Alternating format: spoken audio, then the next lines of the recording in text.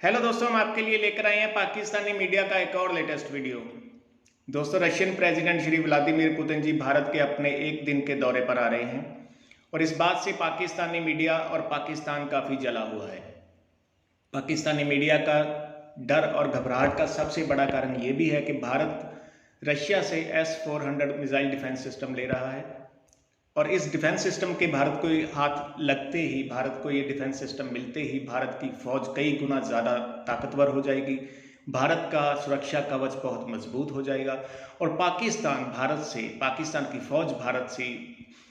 मीलों पीछे रह जाएगी और ये बात पाकिस्तान को हजम नहीं हो रही। दोस्तों, श्री व्लादिमीर पुतिन जी के भारत दौरे को लेकर पाकिस्तानी मीडिया में हो रही चर्चा का ये वीडियो आखिर तक देखें और प्लीज़ हमारे चैनल को सब्सक्राइब करना ना भूलें। जय हिंद, जय भारत। इस खित्ते की एक बड़ी खबर बनने जा रही है। रूस के सदर व्लादिमीर पुतिन दौरा करने लगे हैं इंडिया का। जो ऑफ द रिकॉर्ड चीज़ें इस वक्त ministry of external affairs India की उसने बताना शुरू कर दी हैं अपने जर्नलिस्ट को। उसके मुताबिक 6 या 7 दिसंबर को एक रोज़ा दौरा होने जा रहा है। व्लादिमीर पुतिन एक शॉर्ट विजिट पर इंडिया आएंगे, उनकी मुलाकात होगी नरेंद्र मोदी के साथ और उस दौरे के दौरान मुमकिना तौर पर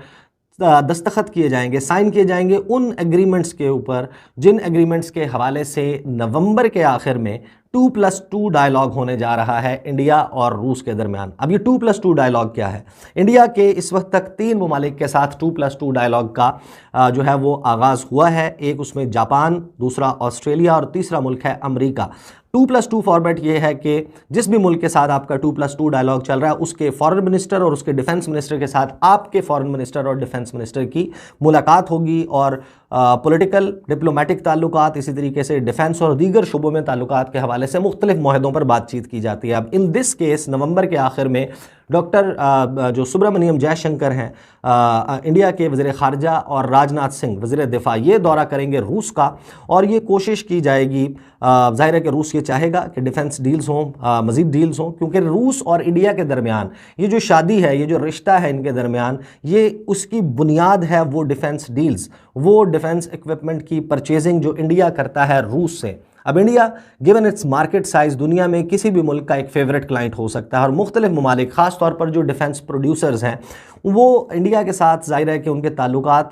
जो हमें नज़र आते हैं मौजूदा शक्ल में कि जब वो अपनी आंखें बंद कर लेते हैं इंडिया में अंदरूनी मामलात के ऊपर, जिस किस्म के मसाइल चल रहे हैं उसके ऊपर वो नहीं बोलते। उसकी वजह भी यही है कि इंडिया सऊदी अरब के बाद साल 2020 में पूरी दुनिया में डिफेंस इक्विपमेंट परचेज़ करने वाला दूसरा सबसे बड़ा मुल्क था। इंडिया की इंपोर्ट्स जो हैं डिफेंस आर्टिकल्स की, डिफेंस इक्विपमेंट की बिलियंस ऑफ डॉलर्स में है और यही वो जो है वो मामला है जिससे इंडिया लेवरेज लेता है इंटरनेशनल लेवल पर अपनी मुख्तलिफ ममालिक से। इसी तरीके से आपको मालूम है कि रूस अमेरिका के बाद दुनिया में दूसरा सबसे बड़ा मुल्क है डिफेंस प्रोडक्शन के एतबार से और जो डिफेंस प्रोडक्शन करने के बाद उसकी एक्सपोर्ट्स हैं वो बहुत ज़्यादा हैं। तो जाहिर है कि रूस नहीं चाहेगा कि इंडिया जैसा क्लाइंट उसके हाथ से निकले और 74 साल की ये जो शादी है, जो डिफेंस डील्स के ऊपर खड़ी हुई शादी है, ये किस किस्म के मसाइल का शिकार है ये मैं आपके सामने रख देता हूँ। और जाहिर है कि जब 6 या 7 दिसंबर को ये दौरा होगा उसमें अगर कोई नई बड़ी डिफेंस डील नहीं हो पाती इंडिया और रूस के दरमियान तो फिर ये रिश्ता, ये शादी जो है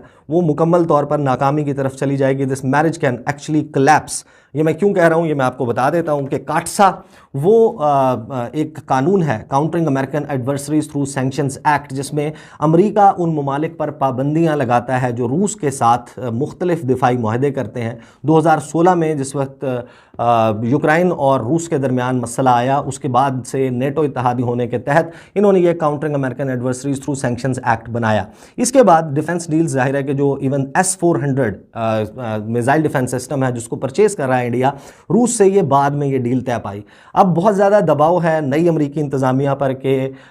इंडिया के ऊपर पाबंदियाँ लगाई जाएँ, लेकिन जाहिर है कि अमेरिका को भी पता है कि वो इंडिया किस तरीके से डिपेंडेंट है इस वक्त रूस की दिफाई टेक्नोलॉजी पर और अगर रूस से बिल्कुल बाज कर देता है अमेरिका इंडिया को तो फिर चीन के हवाले से, चीन के ख़िलाफ़ वो इंडिया को अगर मजबूत देखना चाहता है तो फिर इंडिया की वो मजबूती गायब होती हुई नज़र आएगी। अब एक तो ये होगा कि S-400 की जो डील है वो पाए तकमील तक चांसेस यही नज़र आते हैं कि जिस वक्त व्लादिमीर पुतिन दौरा करेंगे उस वक्त तक इंडिया को सप्लाई कर दिया जाएगा S-400। अब S-400 की सप्लाई पर चीन, it's a very complex situation कि चीन जो है जाहिर है कि उसको एतराज़ होगा कि वो रूस जो है अच्छे ताल्लुकात होने के बावजूद कि चीन और रूस के दरमियान बेहतरीन ताल्लुकात हैं, लेकिन एक ऐसा मुल्क जो चीन के खिलाफ जंगी अज़ाइम रखता है उसको S-400 मिसाइल डिफेंस सिस्टम जो है वो फराहम किया जा रहा है। इसी तरीके से जो नेवल कॉपरेशन है उसमें जो यांटर शिप यार्ड है वहाँ पर एडमिरल ग्रिगोरोविच क्लास के जो फ्रीगेट्स हैं उनकी तकरीबन जो है वो मुकम्मल हो चुके हैं, उनकी सप्लाई होनी है। इसी तरीके से आबदोज़ों के हवाले से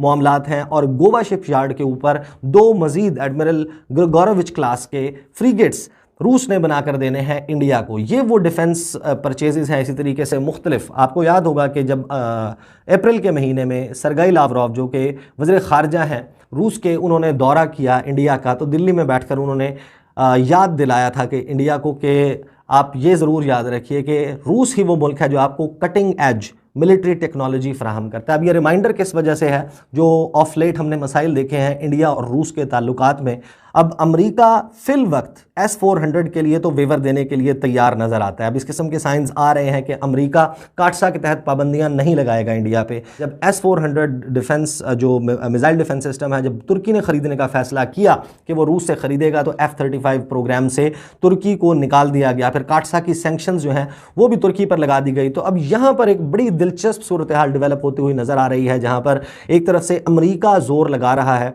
और एक बाकायदा अफेयर हमें नज़र आता है इंडिया और अमेरिका के दरमियान, और इस अफेयर की वजह से वो शादी मुतासर हो रही है जो कि 74 साल से डिफेंस डील्स पर खड़ी हुई थी। बहरहाल अभी ये वक्त बताएगा, आने वाले दिनों में इन द रन अप नवंबर के महीने में हम देखेंगे जब 2+2 डायलॉग होता है, अगर इसमें कोई नई डिफेंस डील्स तय नहीं पाती तो फिर रूस के सदर व्लादिमीर पुतिन, उनका क्या इंटरेस्ट होगा कि वो इस सारे सिलसिले को आगे लेकर चलें। बहरहाल मेरा नहीं ख्याल कि इस तरह बिल्कुल ही एकदम एक झटके में ये ताल्लुक टूट सकता है, लेकिन रूस के सदर कोशिश करेंगे कि जो डिफेंस परचेजेस हैं वो इंडिया इसी तरीके से जारी रखे। लेकिन अगर इंडिया जारी नहीं रखता तो फिर यह रिश्ता जो है ख़त्म हो